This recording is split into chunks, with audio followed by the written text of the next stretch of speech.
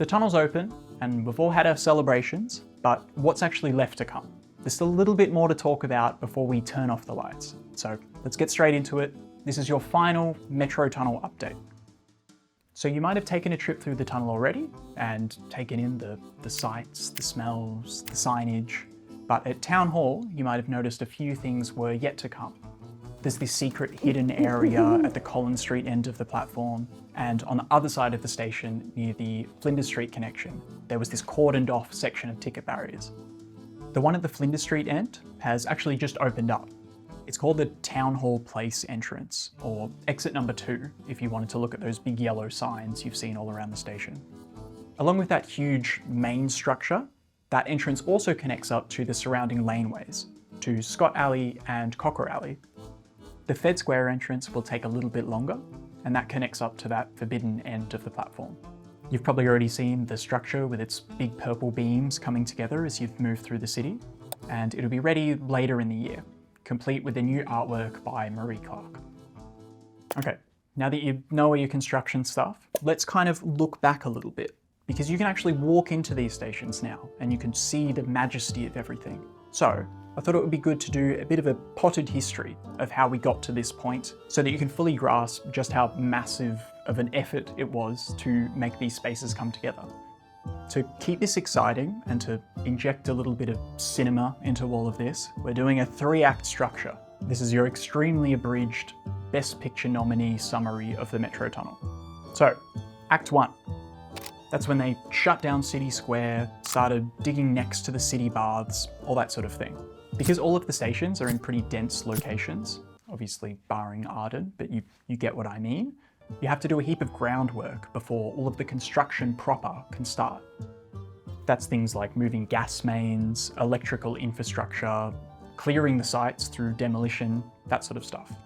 And it also means doing archaeological digs where you're about to build a giant new structure. And they did a heap of those at the CBD stations. My favourite fun fact from this time is that at the Flinders Quarter site, the location of Town Hall Place, they found a ridiculous amount of teeth. And that was apparently because there was a dentist there at one time, and whenever they pulled someone's tooth out, they would just kind of throw it down the sink. On that brilliant teeth-based inciting incident, let's go to Act 2, tunnelling and major construction. That's when we had all of the flashy stuff, like this, this, and this.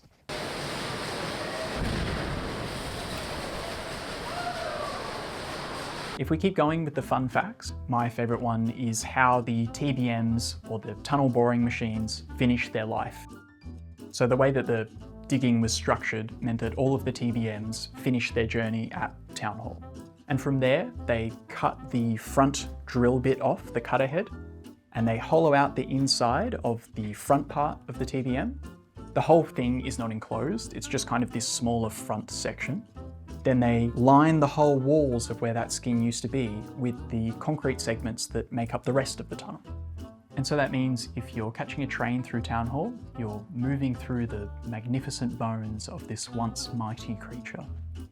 And yes, it's a fair question as to why you couldn't just reuse those tunnel boring machines. You basically can't just take a TBM out of the ground logistically because it buries itself as it's going.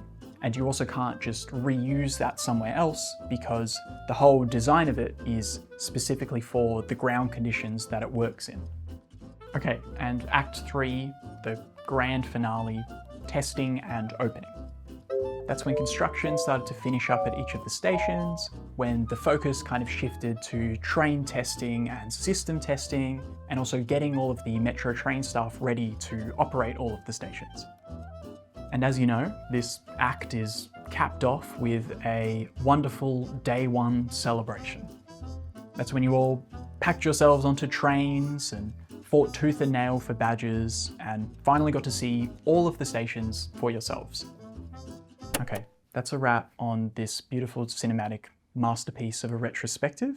We are going to finish things today by talking about the big switch. That's when there'll be a heap more services, the stations will be open to their full operating hours, and there'll be a heap of changes all across the network.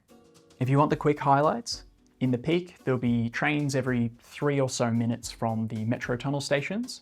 From Water Gardens to Dandenong, there'll be trains at a maximum of every 10 minutes for pretty much the whole day. And Frankston line trains will be heading back into the City Loop.